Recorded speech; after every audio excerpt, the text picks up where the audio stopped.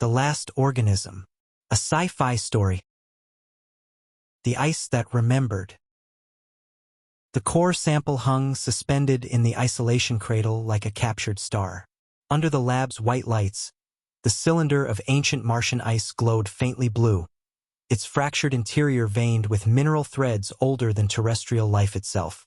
Dr. Eileen Elling stood with her gloved hands clasped behind her back, trying to steady her breathing. She had waited 12 years for this moment. "Temperature stable at -60, said Dr. Kaito Ren, his voice low, reverent. "We're ready when you are." Eileen nodded. "Begin phase melt." The cradle's heating coils activated with a soft hum. A thin mist rose from the ice as its outer layers sublimated.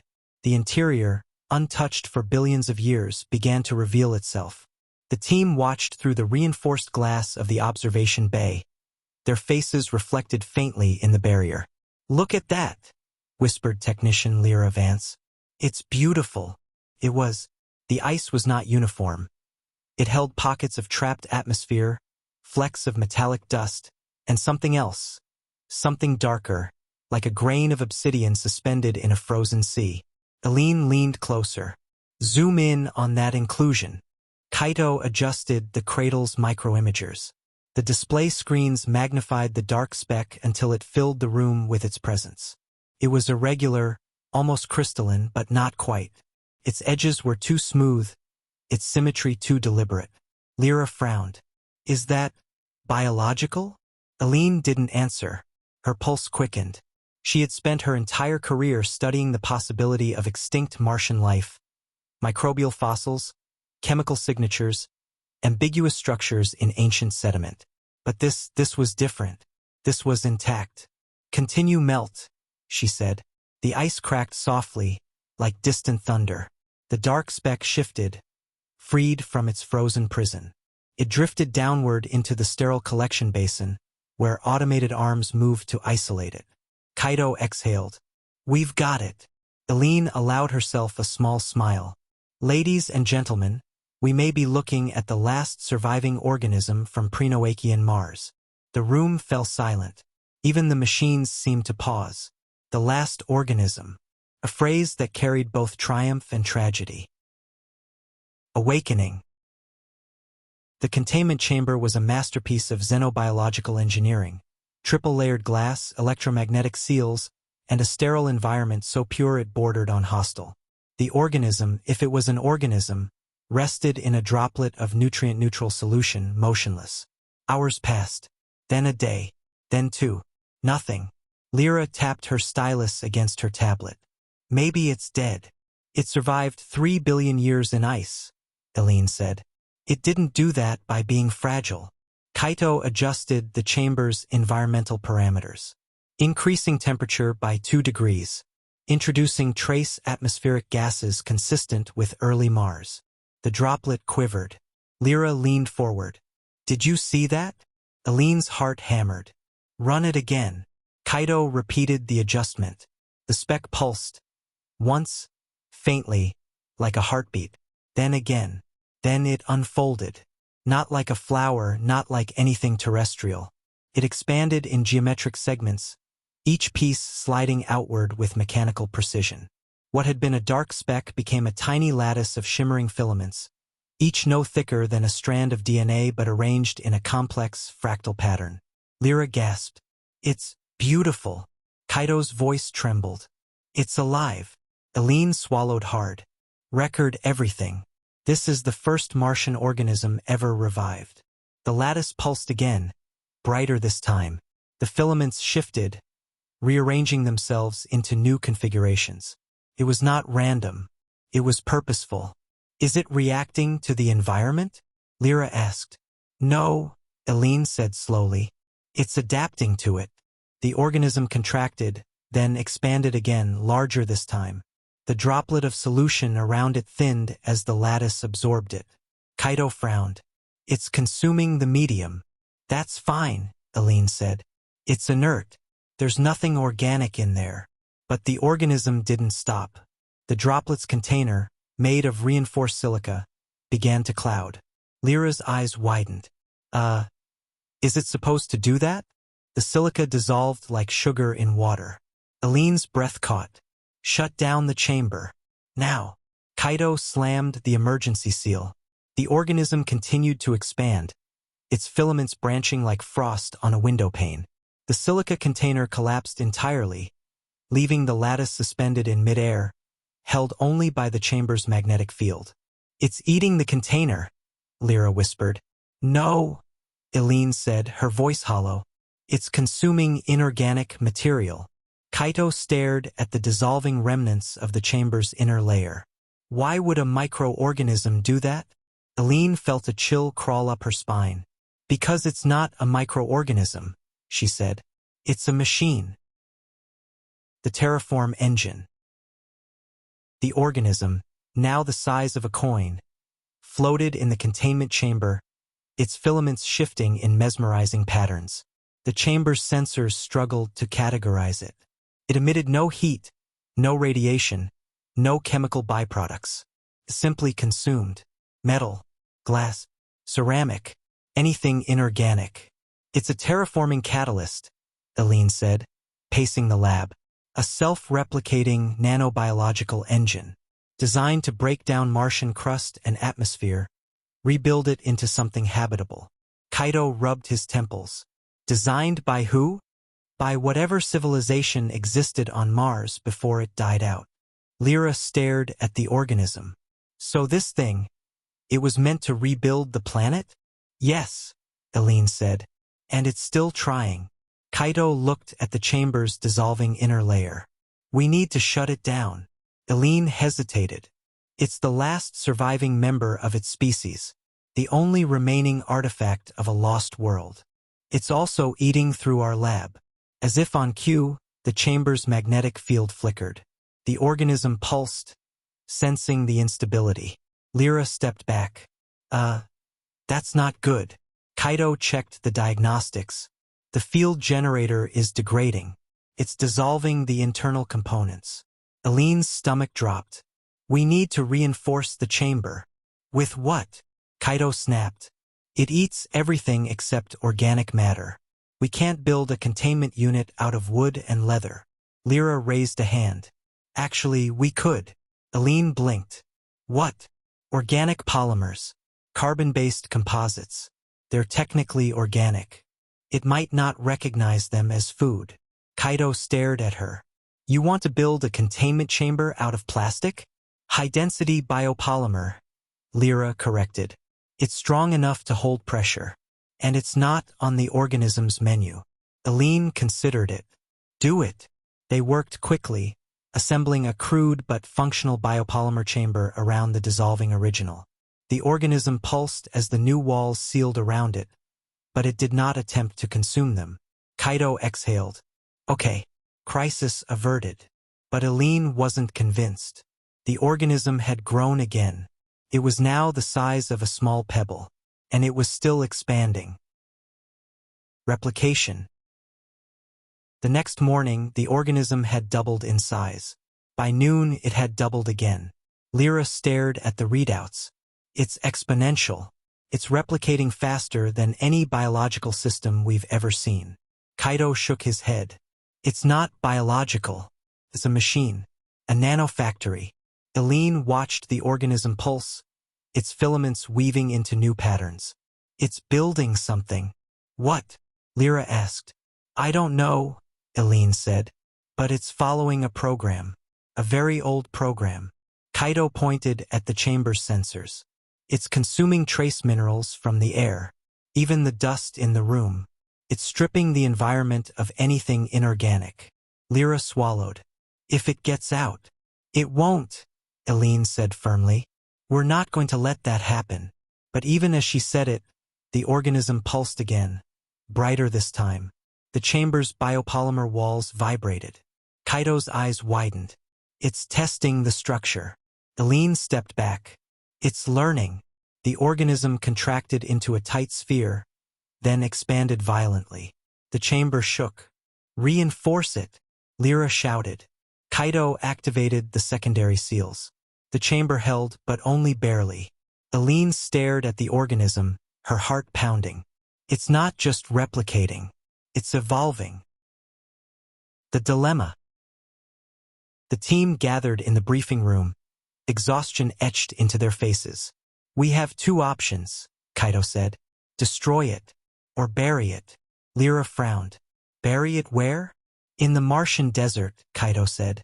Far from the colony. Let it do whatever it was designed to do. Eileen shook her head. If we release it, it will terraform Mars. Completely. It will reshape the crust, the atmosphere, everything. That's what it was built for, Kaito said. But Mars is not empty, Eileen said. We have colonies, infrastructure, people. Lyra looked between them. So if we let it loose, it destroys everything we've built. If we kill it, we wipe out the last remnant of an extinct species. Silence. A moral knife edge. Eileen closed her eyes. There has to be another way. Kaito leaned forward. There isn't. It's a machine with one purpose.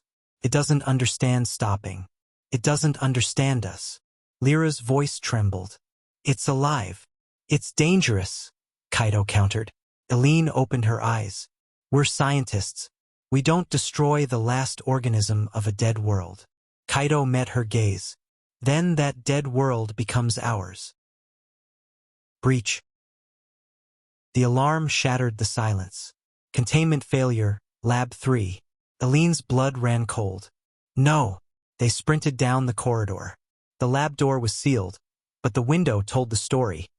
The biopolymer chamber had collapsed inward, its walls sagging like melted wax.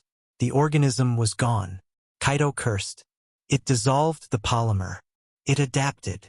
Lyra pointed at the floor. There. A trail of metallic dust led across the lab, where a small, shimmering lattice, now the size of a fist, crawled across the metal tiles, dissolving them as it moved. Eileen stared in horror. It's mobile. Kaito backed away. We need to evacuate. No, Eileen said. We need to contain it. Lyra shook her head. With what? It eats everything. Eileen's mind raced. Not everything. She grabbed a storage crate made of organic composite, used for transporting biological samples, and slammed it over the organism. The crate vibrated violently as the organism pressed against it, but it did not dissolve. Kaito stared. That won't hold for long. It doesn't have to, Eileen said.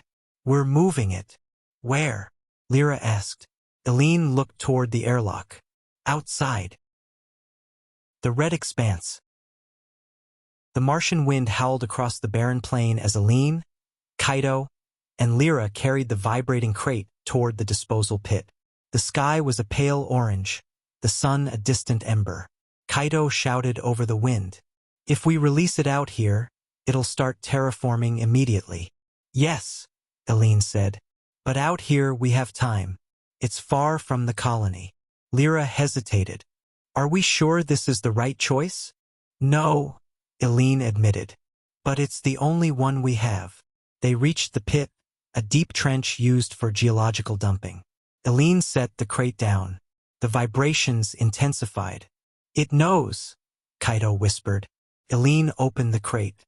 The organism rose into the air like a blooming flower, its filaments shimmering in the Martian light. It pulsed once, twice, then expanded outward, its lattice branching across the ground. The red dust dissolved beneath it. The organism began to grow. Kaito stepped back. We need to go. Now.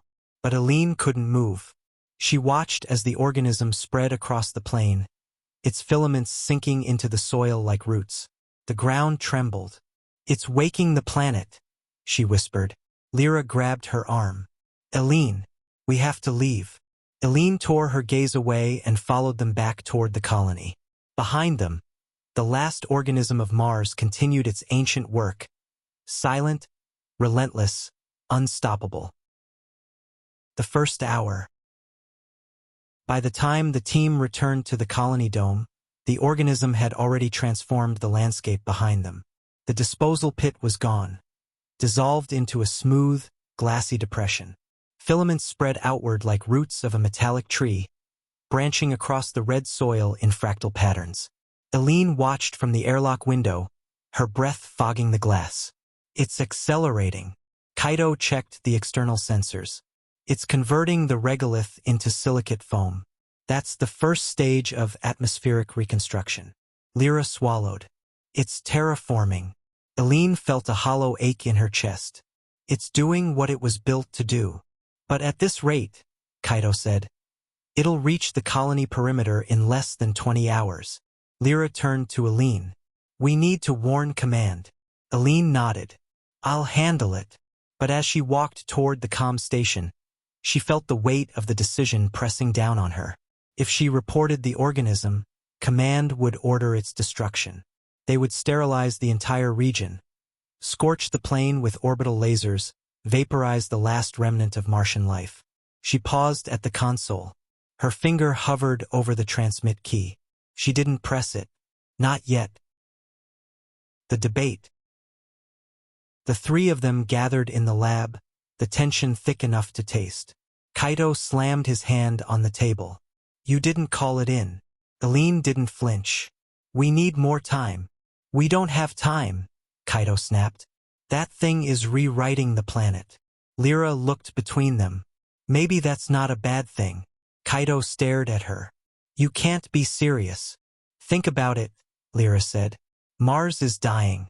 Our colonies are barely sustainable. Terraforming projects have stalled for decades. This organism could finish the job in months. At the cost of everything we've built, Kaido said. It'll dissolve our infrastructure, our habitats, our equipment. Eileen spoke quietly. It doesn't understand the difference between what should exist and what shouldn't. It only knows its purpose. Kaido pointed at her. Which is exactly why we need to destroy it. Lyra shook her head. Destroying it would be genocide. It's a machine, Kaido said. It's alive, Lyra insisted. Eileen raised a hand. Enough. They fell silent. She took a slow breath. We need to understand it before we decide anything. If we can communicate with it, redirect it, maybe we can coexist. Kaido scoffed. Communicate with a 3-billion-year-old terraforming engine? Yes, Eileen said. Because if we don't try, we're choosing extinction for one species or the other. Lyra nodded. We need data, samples, observations. Kaido rubbed his face. Fine. But if it breaches the perimeter, I'm calling command myself. Eileen met his eyes. Fair. The field study. They suited up and returned to the plane, approaching the expanding lattice with caution. The organism had grown into a sprawling network of metallic filaments stretching hundreds of meters in every direction. The ground beneath it shimmered with a glassy sheen. Lyra knelt beside a cluster of filaments. It's forming microchannels, like vascular tissue. Kaido scanned the structure. It's pulling minerals from deep underground. Iron, magnesium, silicates. It's reorganizing them. Eileen touched her glove to the surface. The filaments vibrated faintly, like a heartbeat. It's alive, she whispered. The organism pulsed. The filaments nearest Eileen shifted, curling upward like tendrils. They didn't touch her, but they oriented toward her, sensing her presence. Kaido stepped back. It's reacting to you. Eileen's pulse quickened. It's aware. Lyra's voice trembled. Try speaking to it. Eileen hesitated. Then she leaned closer. We're not your enemy, she said softly. We want to understand you. The organism pulsed again, brighter this time. The ground trembled. Kaido grabbed her arm. Eileen, we need to go. But Eileen couldn't look away. The filaments were rearranging themselves, forming patterns, shapes, symbols. Lyra gasped. It's communicating. Kaido pulled them both back. It's also expanding faster. We're leaving. Now. They retreated toward the colony, the organism's pulsing light following them like a rising dawn. The message. Back in the lab, they analyzed the patterns the organism had formed. Lyra projected the images onto the wall. These aren't random. They're structured, repeating, like a language. Kaido crossed his arms. Or like a machine code. Eileen studied the shapes. It's trying to tell us something. Lyra zoomed in on one symbol, a spiral intersected by 3 lines. This one appeared multiple times. Kaito frowned. What does it mean? Aline stared at it, her mind racing. It's a cycle, process, a sequence. Lyra nodded. Terraforming stages. Kaito's eyes widened. It's telling us what it's doing. Aline felt a chill. No, it's telling us what it's going to do. Lyra swallowed. What's the final stage? Aline pointed at the last symbol, a circle with a line through it. Completion, she said. Total planetary conversion. Kaito stepped back. We have to stop it. Aline shook her head. We need to understand the timeline first. Lyra checked the external sensors. Her face went pale. It's accelerating. At this rate, it'll reach the colony in 6 hours. The choice. The Colony Council convened in emergency session. Aline, Kaito, and Lyra stood before them, presenting their findings. Counselor Hadron folded his hands. You're telling us this organism will consume the colony? Yes, Kaito said. Unless we destroy it. Aline stepped forward. But if we destroy it, we lose the last surviving organism of an extinct Martian species. A species that built technology beyond anything we've ever imagined. Hadron frowned. Are you suggesting we let it continue? No, Aline said. I'm suggesting we communicate with it. The council murmured. Hadron shook his head. It's a machine. It cannot be reasoned with. Aline met his gaze. It responded to us. It formed symbols. It's aware. Kaito stepped in. Even if it is aware, it's still following a program. It won't stop. Lyra spoke quietly. Maybe it doesn't know it needs to. Hadron sighed. We cannot risk the colony. We will authorize orbital sterilization. Aline's heart dropped. No, please, give us 1 hour. One attempt to communicate. Hadron hesitated. Kaito whispered, if we fail, everyone dies. Aline whispered back, if we don't try, something precious dies. Finally, Hadron nodded. 1 hour. No more. The attempt. They returned to the plane, the organism now a shimmering field stretching toward the horizon. The air vibrated with its energy. Aline approached the edge of the lattice. We need to show it something it can understand. Lyra held up a portable projector. We mapped its symbols. We can respond in its own language. Kaito set up the device. This is insane. Aline stepped forward. Begin. Lyra activated the projector. A series of symbols appeared on the ground, patterns mirroring the organism's own. The organism pulsed. Its filaments shifted, rearranging into new symbols. Aline read them aloud. Purpose, continuation, restoration. Lyra projected new symbols. Conflict, coexistence, boundaries. The organism paused. Then it formed a new symbol, one they hadn't seen before. A spiral collapsing inward. Kaito frowned. What does that mean? Aline's breath caught. Obstruction. Lyra whispered. It sees us as an obstacle. The organism pulsed again, harder this time. The ground shook. Kaito grabbed Aline. It's rejecting the negotiation. No, Aline said. It's confused. It doesn't understand why we're resisting. Lyra projected one final symbol. Life. The organism froze. Its filaments retracted slightly. Aline stepped closer. Yes, life. We are alive. You are alive. The organism pulsed softly, then violently. The ground split open. A wave of filaments surged outward, straight toward the colony. Kaito shouted, It's accelerating. We failed. Aline stared in horror. No, it's not attacking. Lyra's voice trembled. Then what is it doing? Aline whispered, It's completing its program. The last stand. They sprinted back to the colony as alarms blared. The organism's expansion was visible from the dome.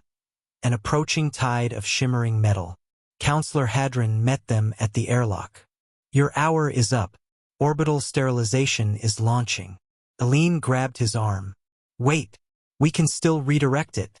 Hadron shook his head. It's too late. Kaito looked at Aline. We need to evacuate. Lyra pointed at the sky. Look! A bright streak cut across the atmosphere, the sterilization beam descending. Aline felt her chest tighten. No! The beam struck the plane. A blinding flash. A shockwave. Silence. The organism's lattice glowed white-hot, then dimmed. Kaito exhaled. It worked. But Aline shook her head. No. Look. The lattice pulsed. Once. Twice. Then it began to regrow, faster than before. Lyra whispered. It adapted. Kaito stared in disbelief. It survived an orbital strike. Aline felt a cold certainty settle over her. It's unstoppable. Hadron backed away. We're doomed. No, Aline said. There's one thing it won't consume. Kaito turned to her. Organic matter. Aline nodded. We need to build a barrier. A wall. A containment ring made entirely of organic material. Lyra blinked. Around the entire colony? Yes, Aline said. And we need to do it now. The barrier. The colony mobilized. Every scrap of organic polymer, carbon composite, and biofabric was gathered. Walls were erected around the perimeter, crude patchwork but functional. The organism reached the barrier within hours. Pulsed. Pressed against the organic wall. It did not dissolve. Kaito exhaled. It's holding. Lyra sagged with relief. We did it. But Aline watched the organism carefully. It wasn't retreating. It was waiting, learning, planning. The final revelation. That night, Aline returned alone to the barrier. The organism pulsed softly, its filaments brushing against the organic wall like fingertips. She placed her hand on the barrier. I know you don't understand, she whispered, but we can't let you finish. Not like this. The organism formed a symbol. Aline's breath caught. It was the symbol for life. Then another. Continuation. Then another. Union. Aline's eyes widened. You don't want to destroy us. You want to include us. The organism pulsed. It wasn't terraforming Mars for itself. It was terraforming Mars for whoever lived there. It saw the colony not as an obstacle, but as part of the ecosystem it was trying to build. Aline whispered, You're trying to help. The organism pulsed again. Soft, warm, almost gentle. Aline stepped back, tears in her eyes. We've been fighting the wrong enemy. The decision. The next morning, Aline addressed the council. We can coexist, she said, but only if we let it finish its work. Hadron frowned. You're asking us to surrender the planet. No, Aline said. I'm asking us to share it. Kaito shook his head. It'll rewrite everything. Yes, Aline said, but it will also create a world where life can thrive. A world better than anything we could build. Lyra stepped forward. We can guide it, teach it, shape the future together. Silence. Then Hadron spoke. What if you're wrong? Aline met his gaze. Then we die. But if we destroy it, something beautiful dies with us. The council deliberated. Finally, Hadron nodded. We will coexist. The new dawn. The barrier was dismantled. The organism flowed into the colony, not as a wave of destruction, but as a gentle tide. It wove itself around structures, reinforcing them with new materials, purified the air, enriched the soil, stabilized the atmosphere. Within weeks, the sky deepened to a richer blue. Within months, the first clouds formed. Within a year, rain fell on Mars for the first time in billions of years. Aline stood on the colony balcony, watching the storm roll across the horizon. The organism pulsed beneath the ground, a living heartbeat echoing through the planet. Lyra joined her. It's beautiful. Kaito stepped beside them. I still don't trust it. Aline smiled faintly. You don't have to. You just have to live with it. He nodded. I can do that. Aline looked out at the transformed world. Mars was alive again, not because of humanity, but because of the last organism. the last survivor of a dead civilization, a gift from a world long gone, a legacy reborn. This is the end of the sci-fi short story, The Last Organism. Leave a like if you enjoyed the story, and subscribe for more sci-fi stories. Thanks for listening.